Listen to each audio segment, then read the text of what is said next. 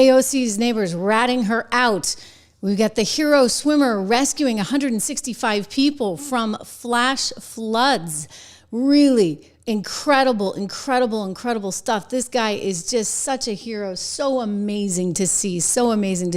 It really does restore your faith in humanity. But we got somebody else who is named Sadie Perkins, I believe, non-resident fellow at Princeton University, showing us just how bad people can be. We have to talk about that, but before we do, this guy, morning, everyone. So I'll kind of give you guys a quick synopsis of what was going on. The Coast Guard launched us and decided to send a rescue crew from Air Station Corpus Christi at about 6:30, 7 a.m. on Friday, the 4th of July. I just happened to be on the duty crew with Ian Hopper, Blair Rougefort, Seth Reeves, some of our crew members in the Coast Guard.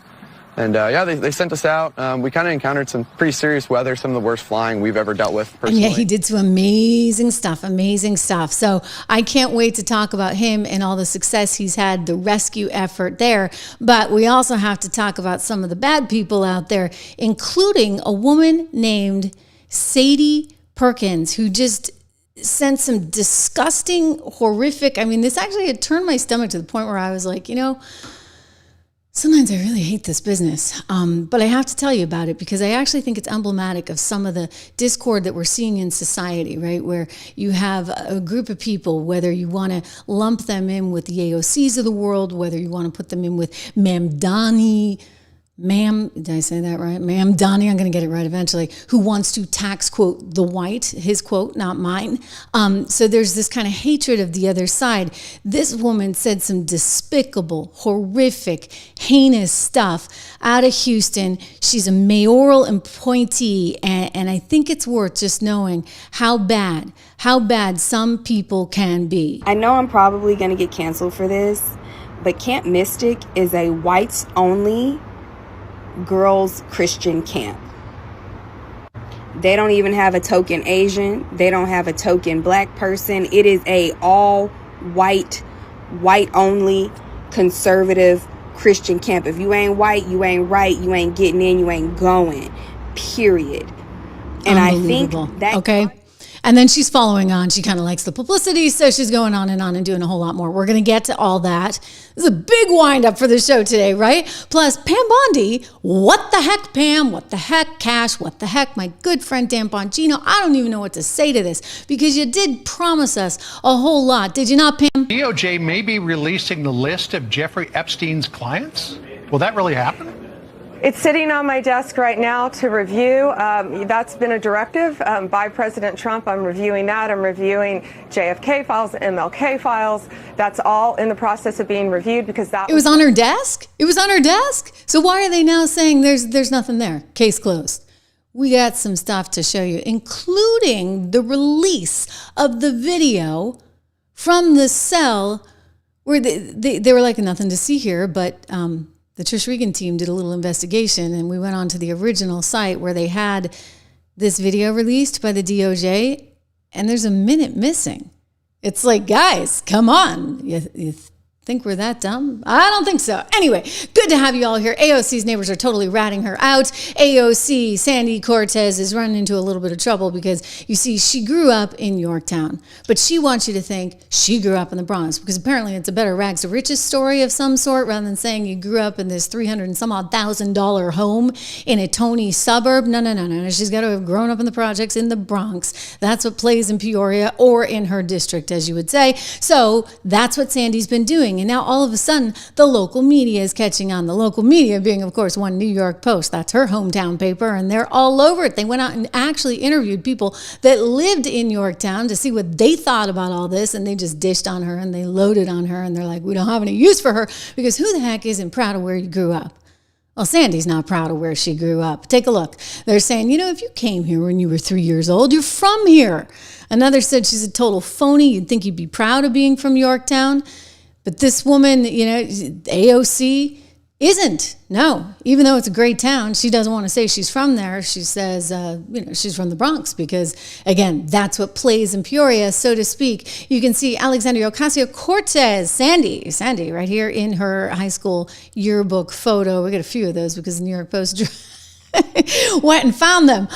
You've got, I guess this is the sophomore yearbook photo that you're looking at right there. And then you got a junior year, you got a senior year, you name it. Anyway, she got exposed again the other day because she tried to call out Donald Trump and say, you know what?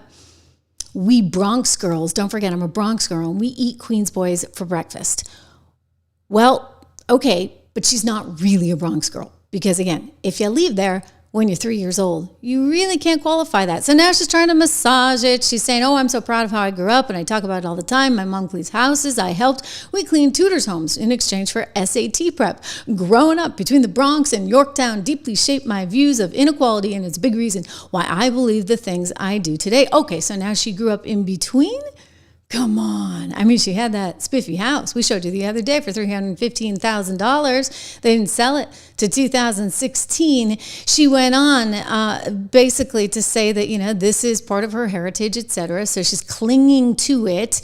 Don't forget, this came up once before back in 2018 because she got some heat for pushing her Bronx fairy tale, so to speak, in her campaign profile, which stated at the time much of her life was defined by the 40-minute commute between school and her family in the Bronx. Not true. Not true. Okay, so then they had to amend it a little bit, and they said her campaign wiped the term commute. And they tweaked the bio to say, quote, she ended up attending public school in Yorktown, 40 minutes north of her birthplace. I see. Okay, because, you know, you really can't lie and things like that. But it didn't stop her. And the fact that she continues to do it is really actually kind of amazing. But, you know, good thing we got the New York Post because they're all over it. And the neighbors are not too pleased, I should add, yet again. So they're ratting her out. They think she's a phony. It's important actually to think about this, especially in the context of what's going on with the floods, with the vitriol that we're hearing from some sides there, with Mamdani and what he's got going on there in New York, because it's all kind of coming from the same place. And so it's relevant. Just remember this. The lady is a total phony. And you know what? It's coming back to haunt her. Meanwhile, she's facing a serious investigation. This story did not get enough coverage. It did not get enough play last week. And so I want to bring this up again. Remember how just a couple months ago she was like, am I under investigation? Am I under investigation? Am I under investigation? She was asking every Tom, Dick, and Harry. She even sent a letter to Pam Bondi at DOJ. She went on to PBS and said, well, I don't know if I'm under investigation. Well, it turns out, yeah, she's under investigation, although perhaps not entirely for impediment. It sounds like she's under investigation because she went out and hired somebody who didn't have the proper legal status to be working here and yet was somehow privy to all the confidential information that AOC would be privy to as a member of Congress. I mean, this is kind of like Fang Fang, right? On steroids. This is AOC with her, you know, little Fang Fang episode, although there may not have been that going on. Just saying. Anyway, Tom Homan called her out and he admitted she's under investigation. And this did not get a lot of pickup in the press. AOC's not even really picking this up, but Benny had him on the show, and I want to play this for you again. We watched it last week, but it's relevant in light of things. Here's the article of the criminal alien staffer that AOC had on staff. Maybe you could just start here, and as an explainer to me and to this audience, like, how's this even possible? It's not possible, and I know that's being looked at. I can't comment on past that. I'm aware of it. We've asked ICE to drill in on that case. It's my information that there were actually. I can't really comment on it. We don't know if it was illegal status or not at this point. It looks like it might have been temporary status, but I can't comment on the case because it's under investigation. Do you hear that? I can't comment because it's under investigation. So that's kind of a big deal. And she had it coming. Can I just say, she had it coming. You know, she was tempting fate with this one. If anyone's breaking the law in this situation, it's not members of Congress, it's the Department of Homeland Security. It's people like Tom Homan and Secretary Kristi Noem. You lay a finger on them, we are going to have a problem. Oh, now I'm scared. Are you scared? I'm scared, right? You lay a finger on him. Well, you know, Tom Homan's certainly not scared. You can't intimidate me. Come on, give me a break. You know, I was enforcing it. I was wearing a green uniform, Border Patrol agent, for 5 years before she was even born. I had more than 3 decades enforcing immigration law before she became a member of Congress. I worked for 6 presidents. I've seen policies. I've seen hundreds of policies. Some worked, some didn't. But you can't deny the success of the Trump administration when it comes to border security. Again, the most secure border in history of this nation. And I said from day one, and she knows this, you can not support ICE. Shame on you. You can support sanctuary cities. Shame on you. But you can't cross the line. You can't knowingly impede ICE law enforcement officers. That is a felony. You can't harbor and conceal, knowingly harbor and conceal an illegal alien from ICE. That is a felony. And you certainly can't commit criminal trespass.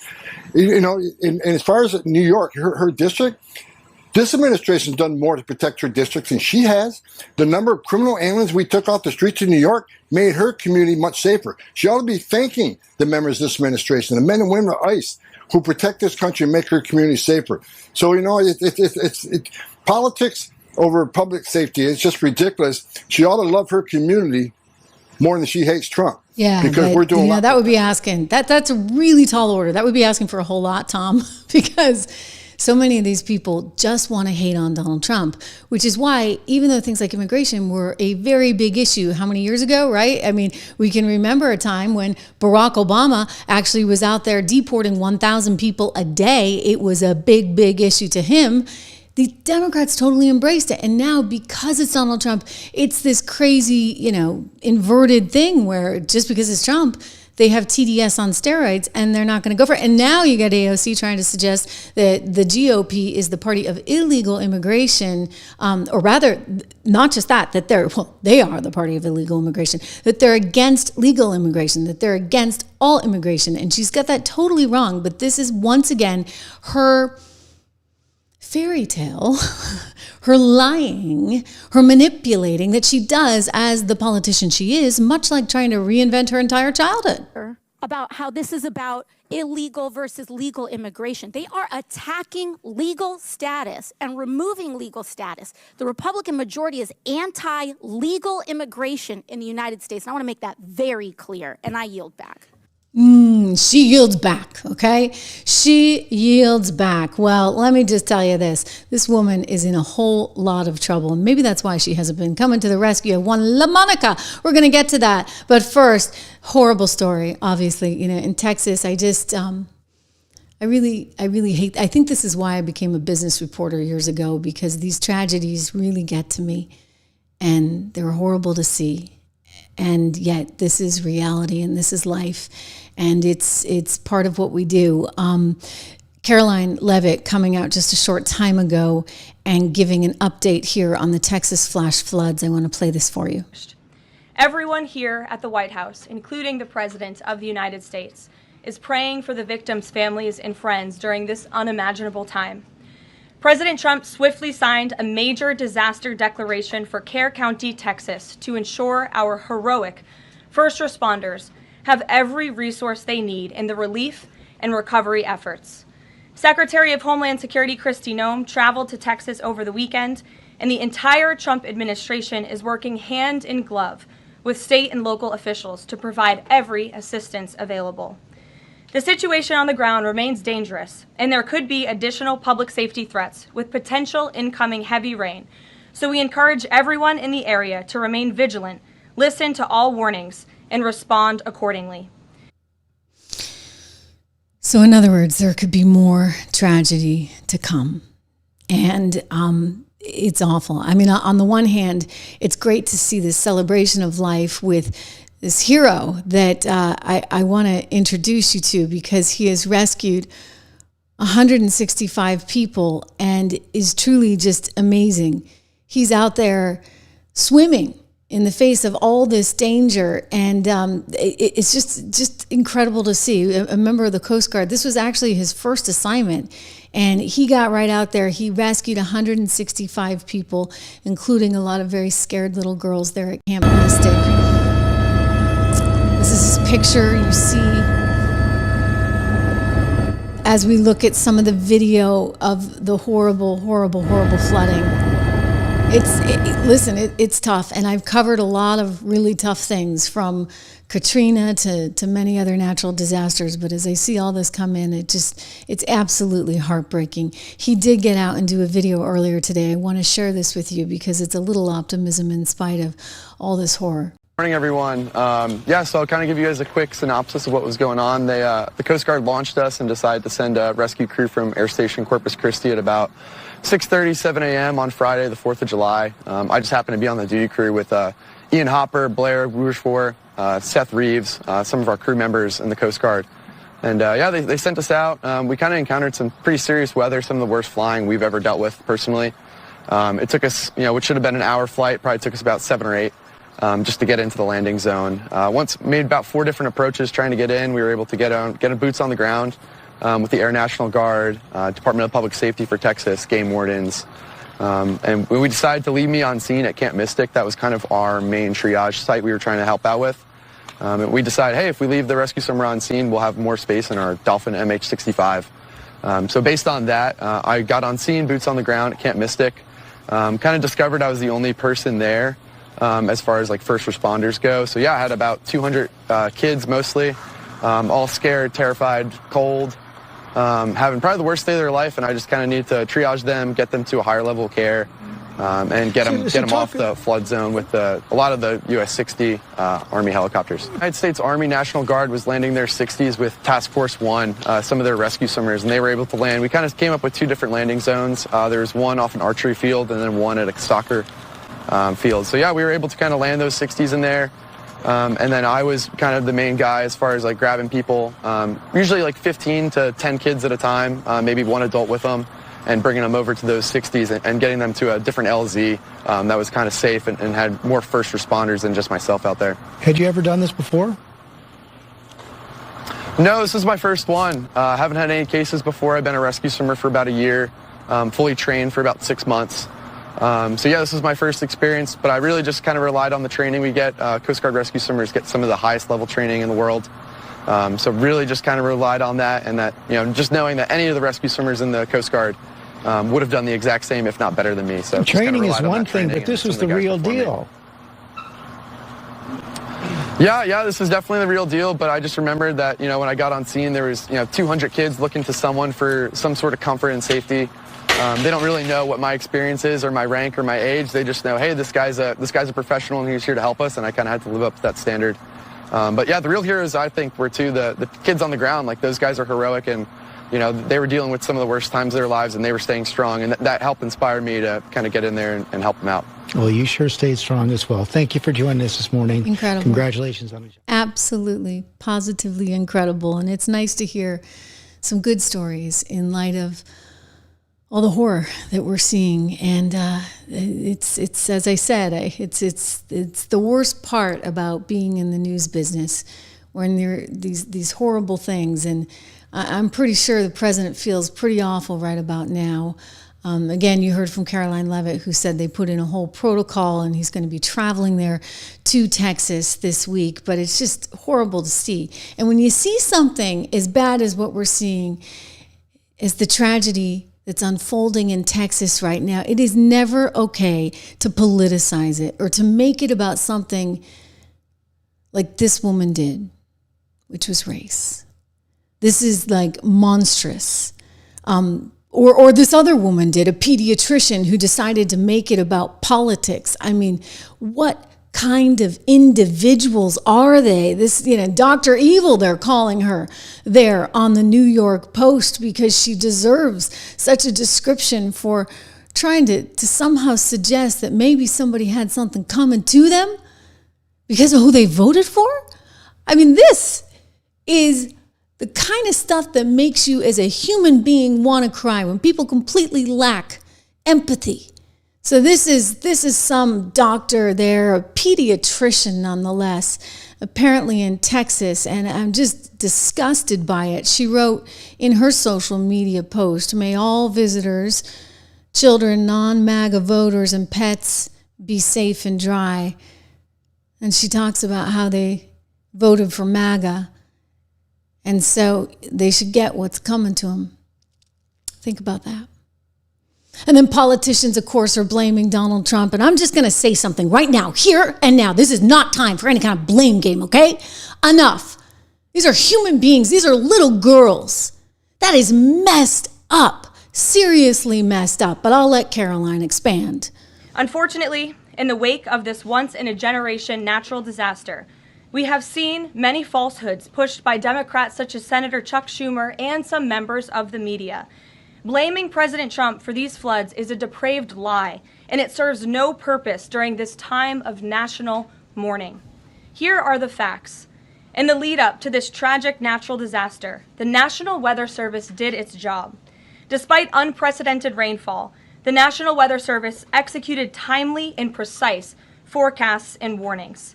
On July 3rd, the National Weather Service office in Austin, San Antonio, Texas, conducted forecast briefings for emergency management in the morning and issued a flood watch in the early afternoon. Flash flood warnings were also issued on the night of July 3rd and in the early morning of July 4th, giving preliminary lead times of more than 3 hours before flash flooding conditions occurred. And the National Weather Service office in New Braunfels, which delivers forecasts for Austin, San Antonio, and the surrounding areas, had extra staff on duty during the storms, despite claims of the contrary. This is not the time or place, okay? I'm just saying it. Chuck Schumer, the rest of you, the crazy pediatrician who now lost her job, not the time and place. We do not take a situation like this that is raw,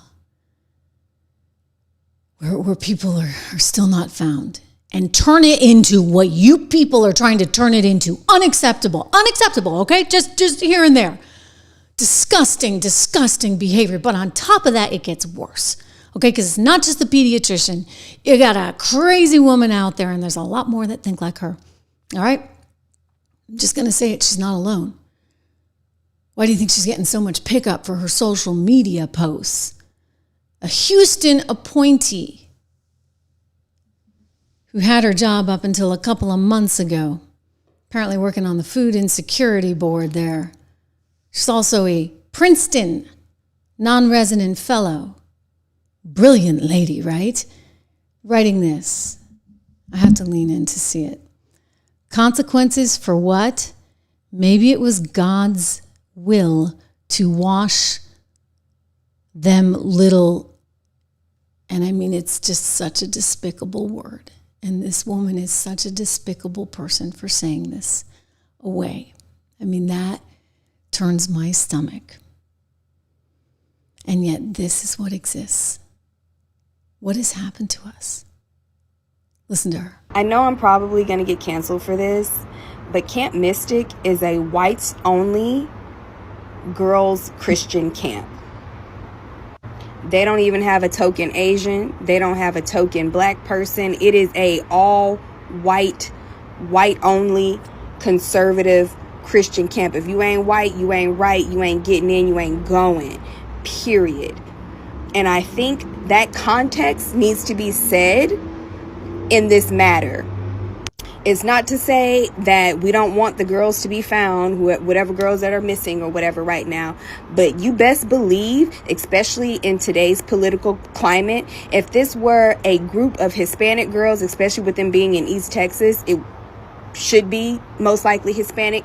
If this were a group of Hispanic girls out there, this would not be getting this type of coverage that they're getting. No one would give a and all these white people, the parents of these little girls, would be saying things like they need to be deported, they shouldn't have been here in the first place, and yada yada yada. So before y'all come at me, before y'all start leaving hate comments on my page about, oh, these are just kids and they don't. That's sick. Okay, that's sick stuff. Really, really, and you know what? It's days like today that I really don't love this job. Because it disappoints me. It disappoints me in people. As great as that Savior is out there rescuing these people, those young kids, you got morons like this, who, by the way, Princeton University's putting up on a pedestal. She's a non-resident fellow. Oh, and the Houston mayor appointed her to a special board because apparently they want that point of view. I'm sorry. No, there is no room for that point of view. Ever. Ever. in the United States of America. This is sick stuff. And you know what? She's loving every minute of it. Oh, yeah, she's making more videos. Y'all called the news on me. I wasn't going to post anymore, but I think it's really funny how my little voice and my little 7,000 followers has garnered enough attention to where y'all want me to make a public statement. And I gave one. I definitely gave one. Wouldn't have been my first time having a news interview. If you look up my name, and I'm sure y'all have seen it, I have, tons of news articles written about me and the work that I've done. So, okay. She asked me for a statement. I gave her one. And I told her what it was. And I think that this is like, on one hand, it's definitely funny because I'm over here kikiing for sure. But do not negate the fact, all right? These are white people using their white power, all right, to try to bring me down, I guess. But the fact that it's just not working is even more hilarious. Y'all have called Princeton. Mind you, my fellowship with Princeton was 2 years ago. The work that I did is already done, and the money that I've been paid has already been paid and spent. So that's done. So reaching out to them is doing absolutely nothing. I mean, you're just making your fingers sore, typing all the letters. And when it comes to our Houston Food and Security Board, I'm probably going to make a separate video about that because I got a few choice words for Mayor Whitmore. That's pretty gross. Okay? That's pretty gross. So she's been exposed. She's happily exposed. She's doing more videos. She wants the attention. And I think it's just important to remember, this is the crowd, okay? This is the crowd that they're courting. This is the crowd that wants to divide and conquer.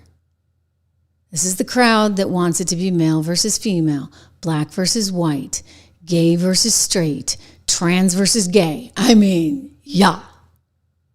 Right? Because it's straight out of some kind of Marxist playbook. Sick stuff. Really, really, really sick stuff and disheartening. So we go from one sort of disheartening story to another here today. Everybody was waiting for some kind of something on the Epstein files, right? We were waiting and waiting, and now apparently it's all being put to bed because there's no there, according to Kash Patel and Pam Bondi and Dan Bongino. And it's a little concerning. I mean, you get MAGA people saying, like, this is crazy, right? Because, hang on, didn't they just tell us, like, over and over and over again that there was a client list and that, his death was super suspicious, and didn't Patel and Bongino and Bondi always promise to get to the bottom of it? I remember Pam Bondi saying this on Fox. DOJ may be releasing the list of Jeffrey Epstein's clients. Will that really happen? It's sitting on my desk right now to review. That's been a directive by President Trump. I'm reviewing that. I'm reviewing JFK files, MLK files. That's all in the process of being reviewed because that was done at the directive of the president from all of these agencies. So have you seen anything that you said, oh my gosh? Not yet. Okay.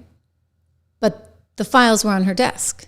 The list, she said, was on her desk. So then why are we looking at a statement from DOJ saying there's no list? There was no murder. There is no blackmail, nothing nefarious somehow. We're like, excuse me? Like, this doesn't totally add up now, does it? I mean, again, when you think about all the things that Pam had come out and said herself. We all did. And the FBI handed over a couple hundred pages of documents. But, Sean, I gave them a deadline of Friday at 8 a.m. to get us everything. And a source had told me where the documents were being kept. Southern District of New York, shock. So we got them all by, hopefully all of them, Friday at 8 a.m., thousands of pages of documents. I have the FBI going through them, and Kash is also, now that we have Kash here, it's a game changer, of course, and Kash is going to, Director Patel, is going to get us a detailed report as to why the FBI withheld all of those documents. Okay, I want to be clear because I think people got frustrated because they were expecting more. You were expecting more, and you didn't find out less than 24 hours before the release. You got a whistleblower that confirmed that there were way more documents that they were supposed to turn over, and then you found out just before that. Well, sure. And you're looking at these documents going, these aren't all the Epstein files. You know, there were flight logs, there were names and victims' names. And we're going, where's the rest of the stuff? And that's what the FBI had turned over to us.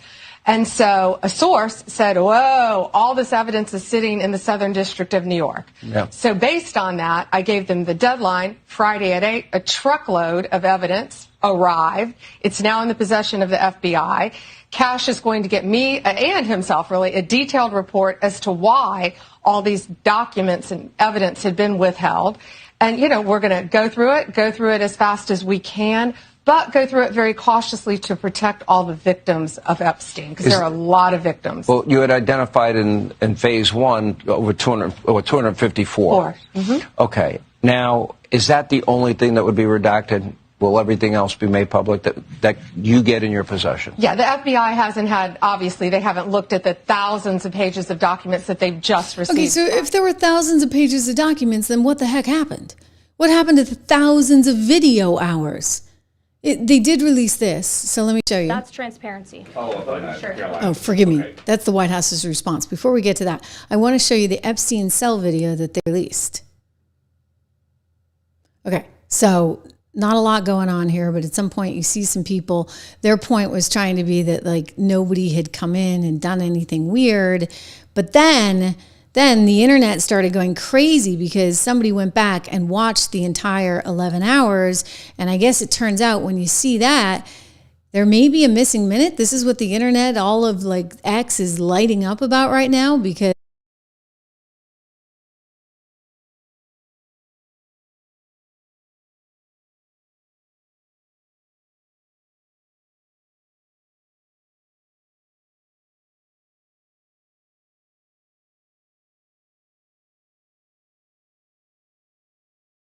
what is that about? And I think they're going to have to answer more questions, which is exactly what Caroline found herself getting hit with today by the Fox reporter who's like, wait a second, she said on our air on Fox that she had the list, and now you're saying there was no list? That doesn't add up. That's transparency. Follow up on that, Sure. Caroline. Okay, so the FBI looks at the circumstances surrounding the death of Jeffrey Epstein. According to the report, this systematic review revealed no incriminating client list. So what happened to the Epstein client list that the Attorney General said she had on her desk? Well, I think if you go back and look at what the Attorney General said in that interview, which was on your network, on Fox News. Got the quote. Go ahead. John Roberts said, DOJ may be releasing the list of Jeffrey Epstein's clients. Will that really happen? And she said, it's sitting on my desk right now to review. Yes, she was saying the entirety of all of the paperwork, all of the paper in relation to Jeffrey Epstein's crimes. That's what the Attorney General was referring to, and I'll let her speak for that. But again, when it comes to the FBI and the Department of Justice, they are more than committed to ensuring that bad people are put behind bars. They have an operation going on right now called Summer Heat, which has our murder rate trending in the lowest direction in United States history. Their emphasis on violent crime and locking up violent criminals has led to the arrest of 14,000 violent criminals. That's a 62% increase from the same time period last year. So this Attorney General and the FBI Director are committed to putting bad people behind bars where they belong. They promised an exhaustive review. That's what they did. For any further details, I would refer you to the Department of Justice. Okay. I think the DOJ is going to have to answer a lot of questions, okay? And of course, the suspicions are mounting. People are saying, oh, this was like some kind of conspiracy between U.S. intel and other intel divisions around the world where they were knowingly doing this together, and so they don't want to be implicated, and consequently, they're going to make this whole thing go away. It just kind of hurts when it was these very people that kept saying, we can't let it go away, that are now out there saying it's all going away. Right? Like that's where like it just sort of blows you away. Like you have all this mistrust and distrust, right, of the deep state to begin with. given everything that happened, right, between March 2020, given what happened with the Hunter Biden laptop that was supposed to just be Russian misinformation, disinformation, given the Russia thing, like there's a history of mistrust. Nobody believes this government to begin with. And so, or the deep state, I should say. And now you're in a situation where the very people that came into power that were supposed to expose all this are sitting there saying, no, there's no story. Nothing to see here. You can understand, right? Like it doesn't really kind of add up. And even Elon, who by the way is trying to start his own party, is getting kind of mad at this. Elon Musk is saying this is bogus. Come on, like who's on first? I loved this meme he put out. He's like, okay, here we are. We're going to release the list. I don't know, we just need more time. The Epstein list is on my desk. We got it. Oh no, there's no list. I mean, come on, people. Which is it? Why is this happening?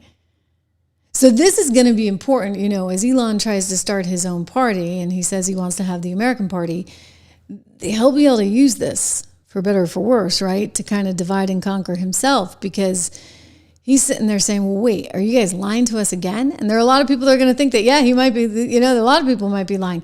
Anyway, Donald Trump did respond to Elon looking to have his own party. And he wrote that, I'm saddened to watch Elon Musk go completely off the rails, essentially becoming a train wreck over the past 5 weeks. He even wants to start a third political party, despite the fact that he never succeeded in the White House. Okay, so he goes on and on and on. And, he's a little bitter now, and none of it's pretty. Scott Cullen, thank you for your generosity. Actually, a few of you guys today, much appreciated. Charlotte as well. It is unbelievable, right? This is what we've been seeing from people. So sad indeed. But it's sort of crazy. And 200 Watt Studio saying, that video is not even of the cell. I do think that this is going to help Elon in his endeavor to try and maybe create another party, because if it turns out there was some there and people are trying to cover it up, that's a problem. Anyway, Elon responded to Donald Trump's truth saying, I'm not reading that. I'm happy for you though, or sorry that happened. Like basically, I'm just not reading that, right? Because it's a lot. It's like a volume. It's a volume that he's writing. Anyway, you know what? It's not all that bad for Donald Trump. It's really not. We've got lots of good stuff still going on, a lot of winning that's happening. And I think it's important to remember that. I mean, just look at the polls that came out recently. This was incredible.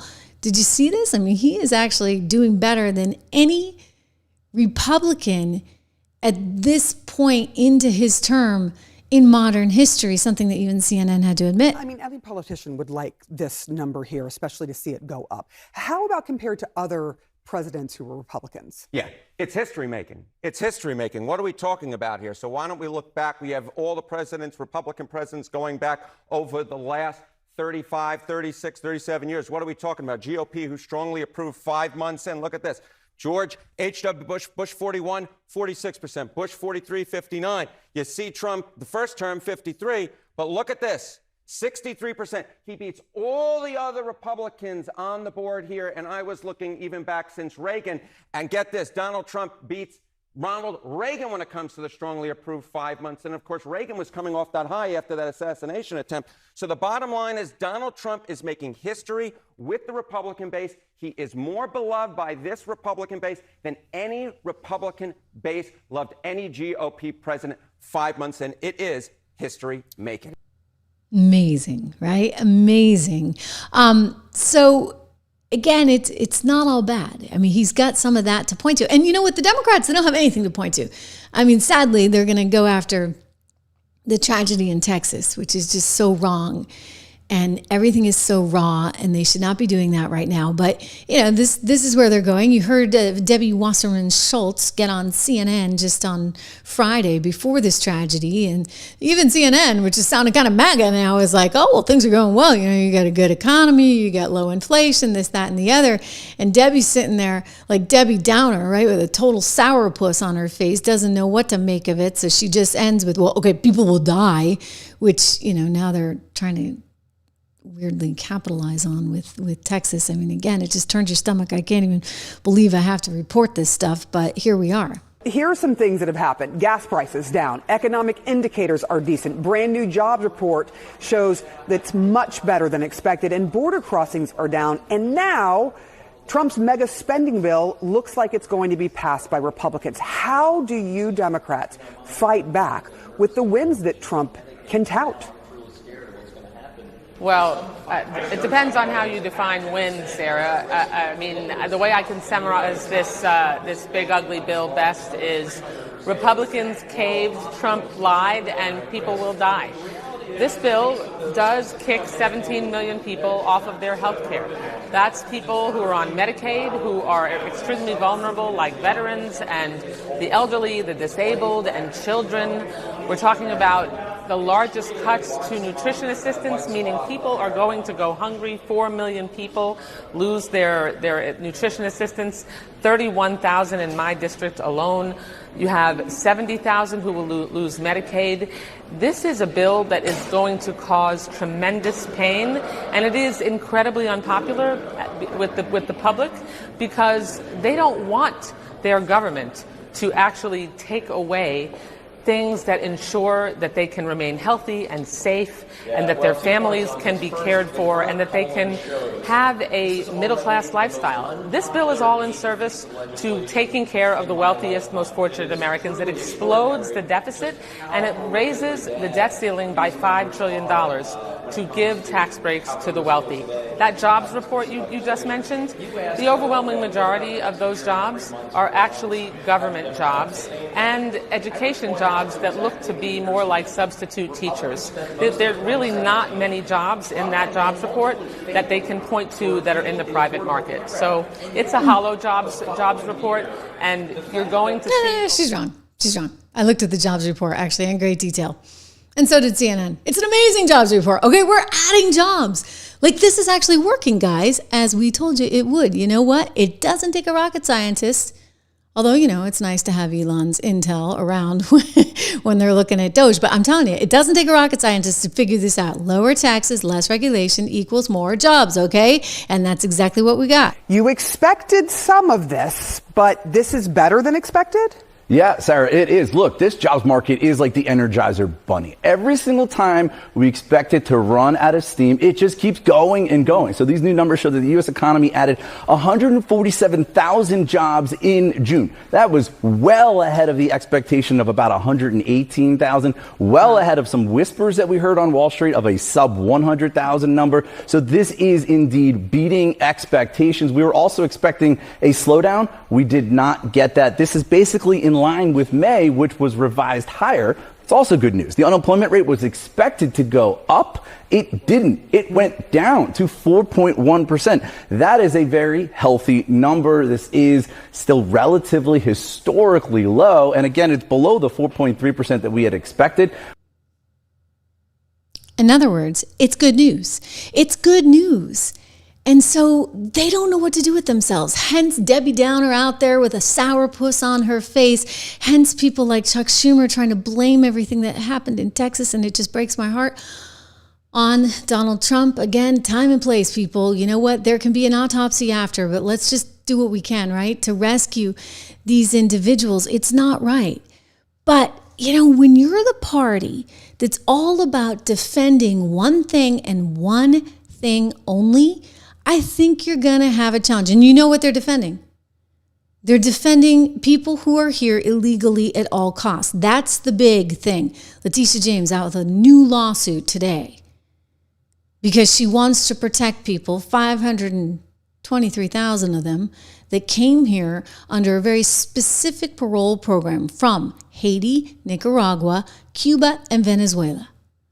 And she wants them to be able to stay and apply for citizenship. And this administration has decided that, nope, that wasn't actually okay. This executive order that Biden put in, allowing for all these people to come here because they were not properly vetted. And so they need to be sent home. So they're revoking those visas. And you got the left going crazy, so crazy that as people are, you know, rounded up and put in detention centers because they are guilty of a crime.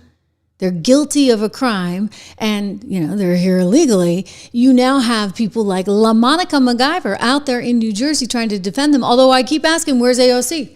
AOC said she was going to, defend, remember the male mayor? Maybe he was no competition, the Newark mayor. But she's got LaMonica there. And LaMonica's a new representative who might just be the new hot thing, right? Jasmine Crockett has stolen some of AOC's thunder. Might LaMonica do that too? Because AOC's nowhere to be found. She's not defending LaMonica at all, as LaMonica gets out there pushing her weight around to defend people who are here illegally. As we know, right? Like, this is the video. You've seen this. She had the misfortune of wearing red that day. So it's all over the video, and consequently, people are saying, you know what? This woman needs to pay a price. And she will, because she was caught on tape. And if you listen to Trish McLaughlin, who's the head of the PR division for DHS, they got more where that came from. Watch. We should let viewers know there will likely be more arrests coming. We actually have body camera footage of some of these members of Congress assaulting our ICE enforcement officers, including body slamming a female ICE officer. So we will be showing that to viewers very shortly. You say a video of members of Congress body slamming ICE That's correct. officials? That's correct, sir. It's disgusting. Okay, and so if you have that video, are you suggesting that members of Congress will be arrested who were there yesterday? This is an ongoing investigation, and that is definitely on the table. Who has the video? ICE does, and we will be releasing that very shortly. Okay. Let's talk about... So, because there's this video you see that puts her in a bit of a situation. And Alina came forward and she charged Alina Habba, you know her. She charged LaMonica with violating Title 18 U.S. Code Section 111A1 for assaulting, impeding, and interfering with law enforcement. And like I said, you saw some of the video. Apparently there's more where that came from. So this is what is going to be looked at. The indictment came forward. Again, AOC totally silent on all of this, like has had literally nothing to say. She backed the Newark mayor, but hasn't said squat about LaMonica McIver, maybe because in some place in her head she's realizing that this is not a really good look. I don't know. Either that she's just completely jealous of her. So she's nowhere to be found, and LaMonica's out there trying to, defend herself all on her own, making the cable rounds and trying to elevate her profile a little bit, trying to raise money off of all this, of course, and to say, for some reason, they're after me because I'm a black woman. You see what they're doing? They're bringing it down to race again, which is just really sad. Really, really sad, especially in light of what I told you about the Texas sluts. Is there something about you that is so threatening or scary to them? Not that I thought. I mean, I am a young African-American woman from the city of Newark. I love serving people. I don't find myself to be intimidating or dangerous or any of those things that the Justice Department have been saying about me. It's truly unfortunate to be in this situation, but at the same time, it goes back to the political intimidation about this administration. And because I'm speaking out, because I'm doing my job, I think they want to continue to silence leaders and, stop their critics from, speaking out against them. And so they'll go to any extent, especially any extent of cruelty, to make an example. And I am that example now. And you say to silence you, did the Trump DOJ float or push anything other than going to trial? I mean, absolutely. The acting U.S. attorney for New Jersey wanted me to admit to something that I did not do. That was not right. That's what she put in her tweet that we saw that night. But if you had done that, were they saying they would drop the whole thing? Yes. Yep. That is exactly what. So that's a lot. I mean, again, that's a lot of pressure because some people would say, "Gosh, let somebody else fight this out." You're saying the whole thing could go away if you just said something. Correct. And I was not doing that. I was not going to waver on that. Like I said, I went to Delaney Hall with my colleagues. We went there for an oversight visit, and we didn't do anything wrong. The whole tent situation that took place, DHS and Homeland Security and ICE, they created that, not us. And so, absolutely, I was not going to do that. Again, she had an opportunity, did she not, to correct this The Newark mayor took the opportunity. Instead, she's like, no, I did nothing wrong. I didn't. She's like, ka-ching, ka-ching, ka-ching. Can I actually raise more money for my political campaign? Can I actually raise money and create awareness and media attention for myself? And so that's what she's doing. But she does actually face 17 years in prison. And that's a big deal. Meanwhile, you get Donald Trump now threatening Mamdani's arrest. Now, why would that be? Mamdani, forgive me. Because Mamdani also, like LaMonica, thinks that somehow laws don't apply, that we don't actually have borders. I love how Kristi Noem pointed this out the other day, saying, you know, guys, there are borders. We do actually have them, and the law is the law, and if you want to change it, go ahead and change it. But in the meantime, what is the job of DHS but to enforce the law that's on the books? My only question to you, I'd say a question back to you is, which laws in the United States should be enforced and which ones shouldn't? I mean, my job, here's the deal, guys. My job is not to pick and choose which laws we enforce and which ones we don't. We have laws in this country, and they matter. If you want the law changed, go to Congress. When's the last time you went to Capitol Hill and told your senator or representative to change it? That's what they need to do. This is the perfect time for Congress to make a decision on how they want people in this country to be able to have an opportunity to come here legally and to fix this. We, as law enforcement officers and as a national security department and agency, my job is to uphold the law, and that's what I will continue to do. I'm looking at one of the comments. Daniel Denler has a great way for me to remember Mamdani. He's like, Trish, it's like your mama, right? Mama, Mamdani, because he wants to basically take care of everyone. Like LaMonica now thinks that she's going to take care of all the people that have committed crimes and are here illegally. Look, I'm not going to dispute that is absolutely her right. And she should go in and check on the prisons and make sure everything's fine. But when you're actually out there doing this,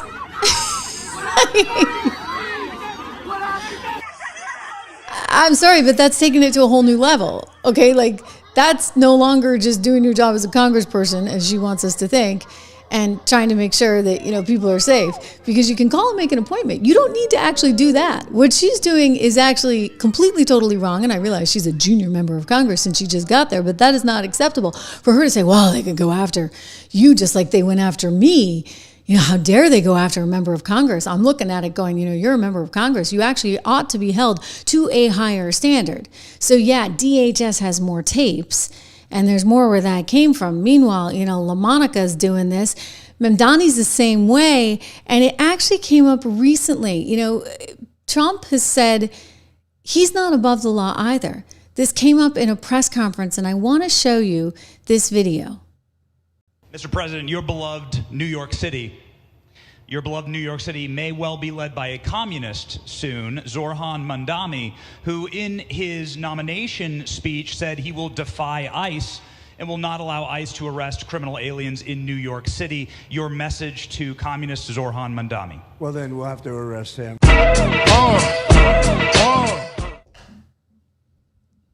I'm sorry. Somebody made that online. That was funny. Boss, they're saying. He's also suing Karen Bass. Los Angeles is finding themselves in trouble. And, you know, it's going to keep coming up because there is this naturalization clause. I mean, Congress has the power, right, to establish a uniform rule of naturalization. This is in the Constitution. And I can't believe I have to keep repeating it, but the feds have all the power in this one. Whether you want the naturalization clause, whether you want the commerce clause, whether you want the supremacy clause, whether you want what's considered the migrations clause or the foreign affairs and national security clause. I mean, the clauses are all there. And if there's one little bit of power that the federal government really and truly does have, it's this. Okay, so they're looking for some kind of civil war. And they're going to try and divide us based on race, based on gender, based on sexual preference. And we can't allow for that. Right? They tried to do it. Even you think back on Wall Street, right, with all the DEI stuff and all the ESG stuff that they were so keen on for so long. It was really gross. It's actually one of the reasons my friend Rob and I started 76 Research, my financial research firm. If you guys haven't done this, you got to do this. We got a note from somebody the other day. They're so psyched because one of our investments is actually up 45% since we recommended it just a couple of months ago. I can tell you that one because it's STRK. But go to 76 Research and sign up because you're going to get all this information. And they've been doing so well. In fact, if I look at the portfolio, let me see if I have any pictures of it. I do. Okay, check this out. Wow. I mean, top tech pick up 57%. You've got a materials pick up 73%. You've got an energy pick up 55%. I mean, there's just so many good success stories there. So I want you to have a chance to get this. The reason I started this was in part my frustration with the ESG nonsense. And again, it's an attempt to divide. They were trying to cut off half the country. So like if you were a business that didn't subscribe to their way of thinking, suddenly you were getting shut out. They wouldn't allow for investment in your company, even if you had a wonderful, wonderful earnings stream, even if you had a brilliant idea. Like it was getting a little weird. And I feel like as I see, for example, that woman, and I know she's just, she's just one down in Houston, but there are others that think like her. I look at the New York City socialist guy with his effort to decommodify housing, like straight out of Marx, right?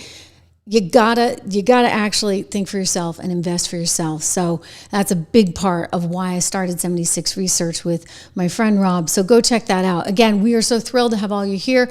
We've been named again top 100 YouTube podcast. Thank you for that. I am back at home base. Had a wonderful, wonderful time in New Hampshire. Thank you for all those that tuned in over the holiday weekend. And we got lots more news. Hopefully some of it's going to be better. I mean, honestly, just devastating stuff. I hate days like today. I really do. But, it's reality, and it's the world, and it's the world in which we live. Thank you again for everything that you guys do, and we are going to be back with you live tomorrow.